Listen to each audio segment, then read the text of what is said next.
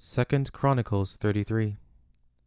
Manasseh was 12 years old when he began to reign, and he reigned 55 years in Jerusalem. He did that which was evil in Yahweh's sight, after the abominations of the nations whom Yahweh cast out before the children of Israel. For he built again the high places which Hezekiah his father had broken down, and he raised up altars for the Baals, made Asheroth, and worshipped all the army of the sky, and served them. He built altars in Yahweh's house, of which Yahweh said, My name shall be in Jerusalem forever.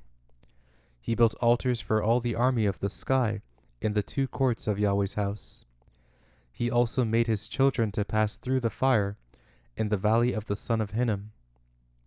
He practiced sorcery, divination, and witchcraft, and dealt with those who had familiar spirits and with wizards. He did much evil in Yahweh's sight, to provoke him to anger. He set the engraved image of the idol, which he had made, in God's house, of which God said to David and to Solomon his son, In this house, and in Jerusalem, which I have chosen out of all the tribes of Israel, I will put my name forever. I will not any more remove the foot of Israel from off the land which I have appointed for your fathers, if only they will observe to do all that I have commanded them, even all the law, the statutes, and the ordinances given by Moses. Manasseh seduced Judah and the inhabitants of Jerusalem, so that they did more evil than did the nations, whom Yahweh destroyed before the children of Israel. Yahweh spoke to Manasseh and to his people, but they didn't listen. Therefore Yahweh brought on them the captains of the army of the king of Assyria, who took Manasseh in chains, bound him with fetters, and carried him to Babylon. When he was in distress, he begged Yahweh his God, and humbled himself greatly before the God of his fathers. He prayed to him, and he was entreated by him, and heard his supplication, and brought him again to Jerusalem into his kingdom. Then Manasseh knew that Yahweh was God. Now after this, he built an outer wall to David's city, on the west side of Gihon, in the valley, even to the entrance at the fish gate. He encircled Ophel with it, and raised it up to a very great height. And he put valiant captains in all the fortified cities of Judah. He took away the foreign gods, and the idol out of Yahweh's house, and all the altars that he had built in the mountain of Yahweh's house and in Jerusalem, and cast them out of the city.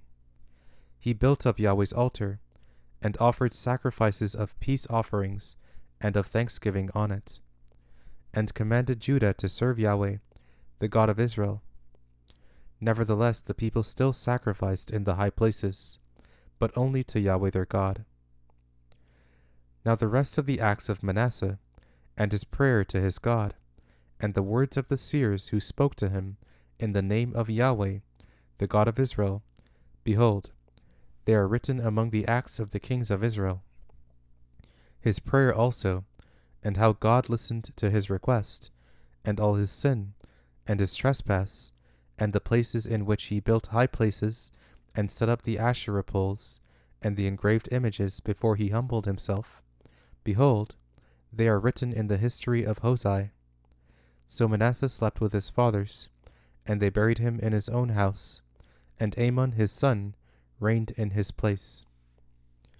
Amon was 22 years old when he began to reign, and he reigned 2 years in Jerusalem. He did that which was evil in Yahweh's sight, as did Manasseh his father, and Amon sacrificed to all the engraved images which Manasseh his father had made, and served them.